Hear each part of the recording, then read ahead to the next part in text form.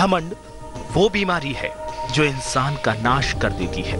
ये वो अवगुण है जो आपके सभी गुणों पर भारी पड़ता है। इसलिए कभी घमंड ना करो। ईश्वर ने ही हर इंसान और जीव को बनाया है, इसलिए सभी का सम्मान आपका धर्म भी है और कर्तव्य भी। क्योंकि अगर घमंड करोगे, दूसरों को सम्मान नहीं दोगे, तो अंत में परिणाम दुखद ही होगा। घमंड तो लंकाधिपति रावण का भी नहीं चला, कंस का घमंड भी चकनाचूर हो गया। फिर आम इंसानों की क्या बिसात है। मैं भाग्य आज आपको यही सीख दूंगा कि घमंड किस तरह से सर्वनाश कर देता है। मैं अपनी बात को एक कहानी के माध्यम से समझाऊंगा, लेकिन उसके पहले कुछ राशियों का राशिफल।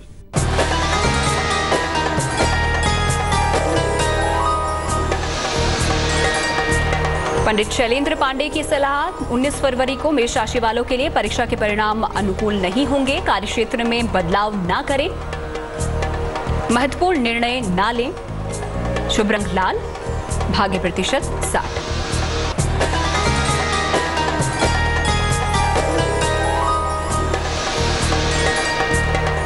वृषभ राशि, नौकरी संबंधी विवाद सुलझ जाएंगे, धन मिलेगा, निवास स्थान बदल सकते हैं। शुभ रंग सफेद, भाग्य प्रतिशत 75।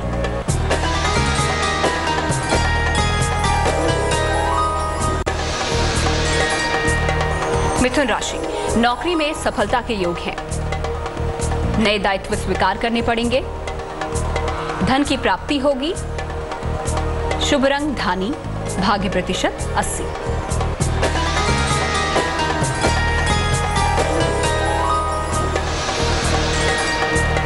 कर्क राशि, संतान की समस्या हल होगी, पारिवारिक उलझनें सुलझ जाएंगी, प्रेम संबंध की शुरुआत होगी। शुभ रंग क्रीम, भाग्य प्रतिशत 80। मैं आपको यह समझाने की कोशिश कर रहा था कि किस तरह से घमंड आपका अहित कर सकता है। चलिए एक कहानी सुनाता हूँ। एक जंगल में बांस के पेड़ के साथ साथ आम का पेड़ भी था।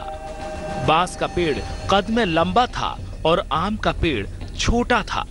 यह देखकर बांस का पेड़ अक्सर आम का मजाक उड़ाता और कहता, अरे आम, मैं कितना बड़ा हो चला, कितनी तेजी से बढ़ा, और एक तुम हो जो इतनी आयु होने पर भी छोटे ही बने हुए हो।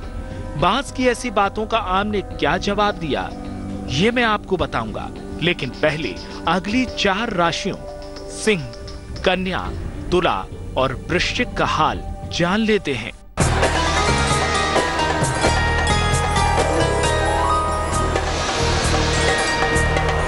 सिंह राशि, दौड़ भाग बढ़ी रहेगी, किसी अपने के व्यवहार से तकलीफ होगी, तनाव ना ले। शुभ रंग नारंगी, भाग्य प्रतिशत 60।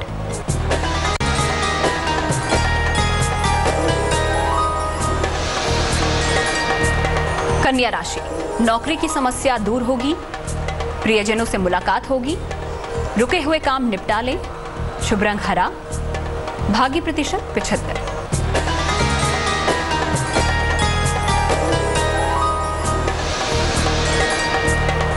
तुला राशि, नौकरी में परिवर्तन हो सकता है, जीवन साथी को लाभ होगा, चोट लग सकती है।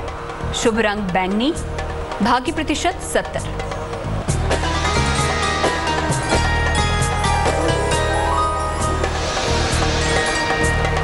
वृश्चिक राशि, किसी बड़ी समस्या से मुक्ति मिलेगी, शुभ समाचार मिलेगा, पद प्रतिष्ठा की प्राप्ति होगी।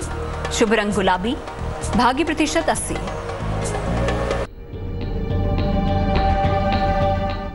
मैं आपको आम और बांस के पेड़ की कहानी सुना रहा था। बांस के पेड़ को इस बात का घमंड था कि वो आम के पेड़ से लंबा और बड़ा है। इसी बात पर वो अक्सर आम के पेड़ का मजाक उड़ाया करता था। एक दिन आम बोला, यह तो हर किसी की अपनी अपनी प्रकृति है। कद ऊंचा हो जाने या शरीर विशाल हो जाने से कुछ नहीं होता।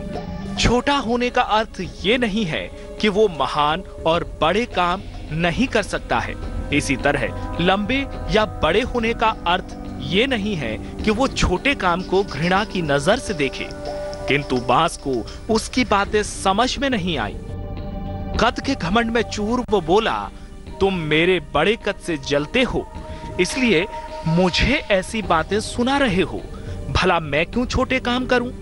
कुछ वक्त बाद आम के वृक्ष पर मंजरियां लगी और कुछ दिनों बाद वो फलों से लद गया।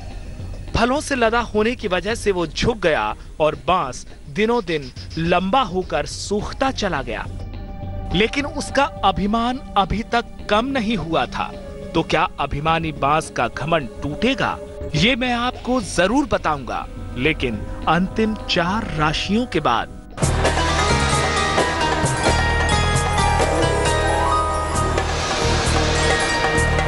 धनु राशि, स्वास्थ्य का ध्यान रखें, धन खर्च पर नियंत्रण रखें, काम टालने से समस्या हो सकती है।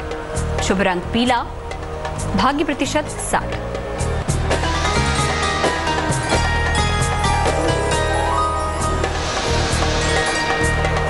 मकर राशि, दूर की यात्रा करनी पड़ सकती है, धन की तरफ मन झुकेगा, नया काम शुरू होगा। शुभ रंग नीला, भाग्य प्रतिशत 70।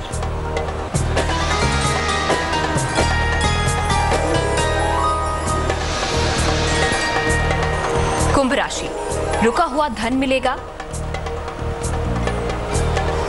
जीवन साथी का स्वास्थ्य बेहतर होगा, नौकरी में परिवर्तन का योग है। शुभ रंग फिरोजी, भाग्य प्रतिशत 80।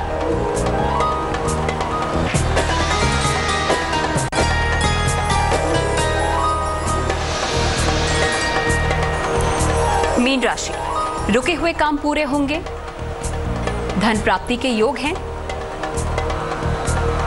परिवार में मंगलकारी होगा। शुभ रंग सुनहरा, भाग्य प्रतिशत 90।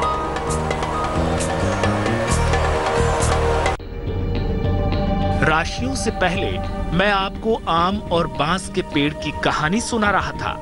बांस के पेड़ को इस बात का घमंड था कि वो आम के पेड़ से लंबा और ऊंचा है, इसलिए अक्सर वो आम का मजाक उड़ाता था।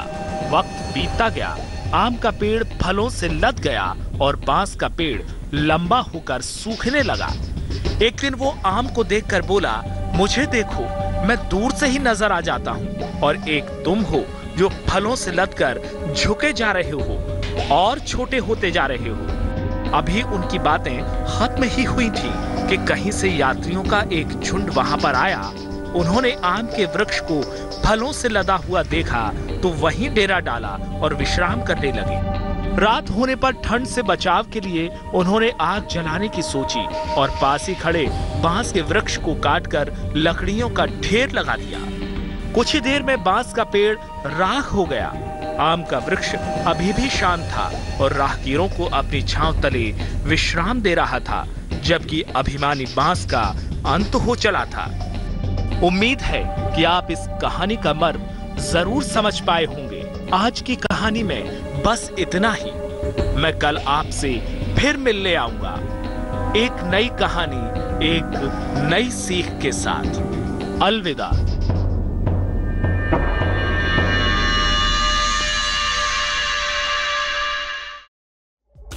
लेटेस्ट खबरों के लिए यूं ही देखते रहिए तेज, और इस वीडियो के पसंद आने पर लाइक, शेयर एंड सब्सक्राइब करना ना भूलें।